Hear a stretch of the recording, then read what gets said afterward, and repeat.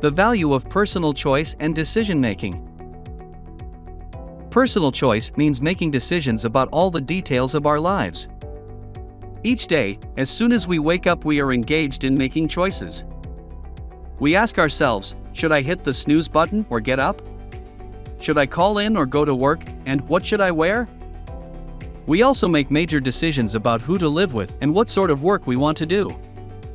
We are in control, and it feels good to be empowered and able to make our own decisions. Everyone is entitled to make decisions about their lives.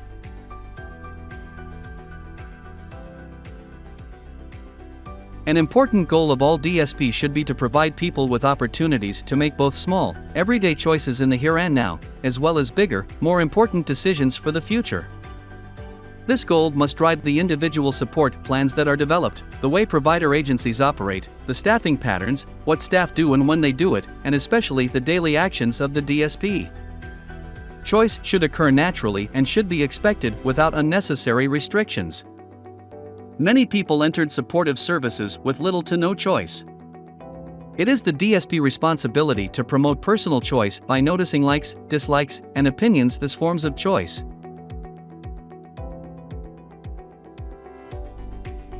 Refers to one's ability to make a decision based on a clear understanding of the facts, results of the choice, and possible future consequences. Some people do not show the capacity for informed consent and need supports from family members, an authorized representative, or a legal guardian. This is typically reserved for decisions or choices that might have an effect on a person's health and safety. This does not mean that the day-to-day choices or expression of hopes and dreams should be restricted. DSP are responsible for encouraging choice and consulting with alternate decision-makers when unsure. Methods of helping people learn to make choices. When teaching someone with no prior experience with making choices, you need to start small, but teach the small steps throughout the person's day. There are many chances to make choices during the day. Start with offering choices when the person gets up. First, offer a drink or washing up. Then offer coffee or another favorite drink. Further, offer the choice to take a bath or shower. Ask what he or she would like to wear and give 2 or 3 options. If the person doesn't speak with words, you can ask him or her to look at or touch the preferred clothing. Once picking from 2 or 3 options is mastered, you can use color-coded clothes hangers to foster choice without your support. You can teach him or her that all shirts and pants that match are on the same colored hangers. This also leads to teaching matching clothes when doing laundry, and it helps to support a person in hanging clothes on the proper colored hanger.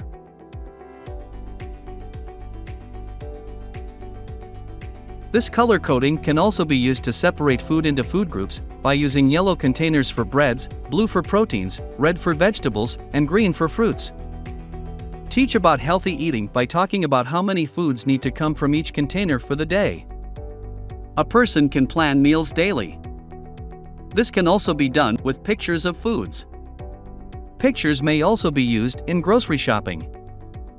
When planning trips to restaurants, go by the restaurant in advance to get a copy of the menu. Teach how to make choices before going into a social situation.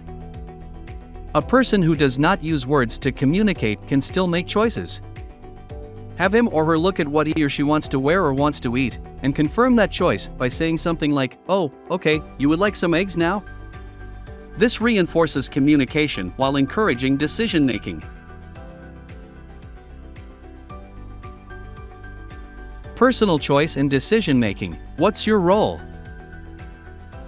For someone with limited or no verbal skills, DSP can use eye movements, touch or adaptive tools to elicit personal choice in clothes, food, people, touch and activities. Develop a visual display of daily choices, with real photos. Regular use will encourage self-direction by the person you support. When you ask someone what he or she would like for breakfast, offer choices such as, "Would you like toast and cereal or yogurt and fruit?"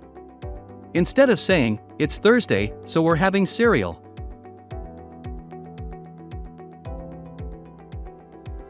Find out what is important to a person from his or her perspective and write down what you learn about a person's likes and dislikes.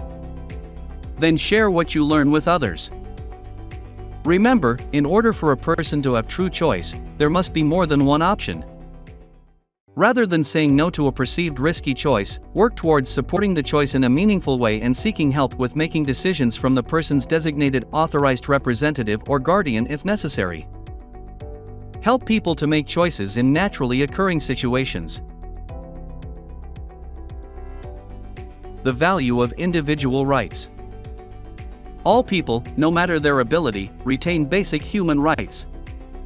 Like you, people with disabilities are entitled to enjoy the rights and freedoms to privacy, to have personal possessions, to marry, to exercise free speech, to live in neighborhoods, to complain, to vote, etc.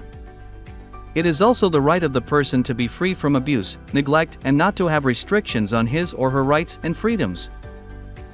As a DSP, you are considered a mandated reporter and are required to report violations of individuals' rights, including suspicion of abuse or neglect. Though policies vary, you are required to report to your agency's director. Some people you support may have had their legal rights limited through the appointment of a guardian, conservator, or another legal process.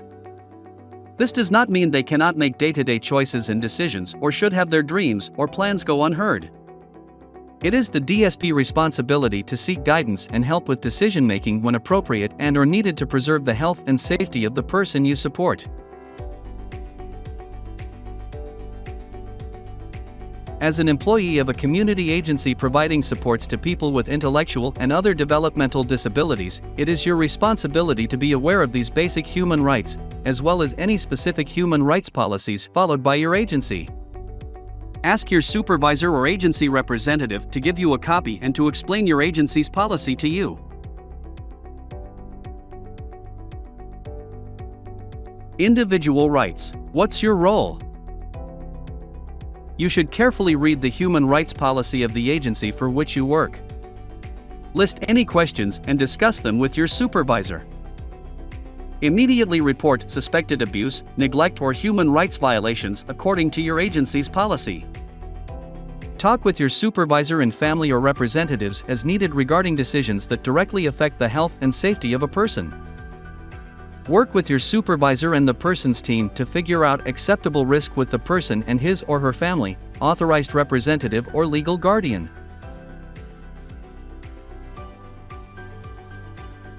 The value of confidentiality. Confidentiality is a right each of us has to privacy and respect of information given to and shared among professionals about us.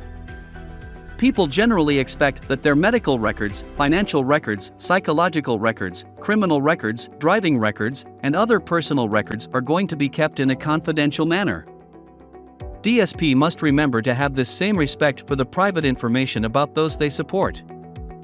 This includes health information that is covered by the HIPAA, Health Insurance Portability and Accountability Act. No one would like to think that their doctor or counselor openly discusses diagnosis, illnesses, or care plan at home or a party. While DSP generally sign a confidentiality agreement related to employment, it is important to avoid sharing confidential information about the people being supported. Your agency will provide additional information about confidentiality and requirements related to sharing information.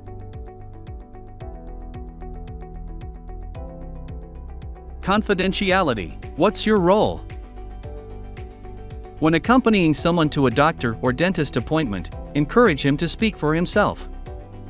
If the doctor asks you questions, as if the person is unable to speak for himself, look at the person to answer the question. This is a teachable moment for both the person you support as well as the professional. When out in the community and seeing a friend, encourage the person you support to introduce himself and don't identify him as your client, consumer, or patient.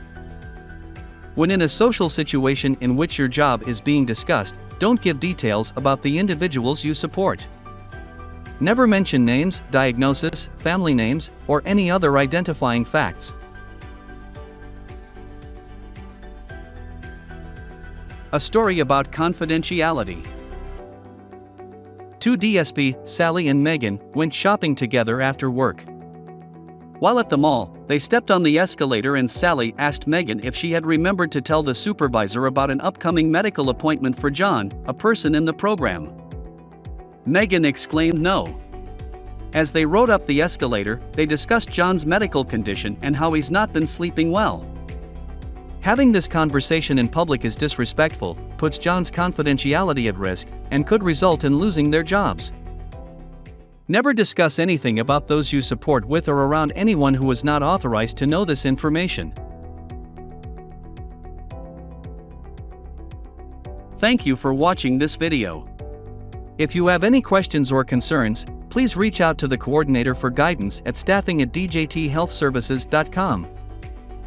This video was brought to you by DJT Health Services.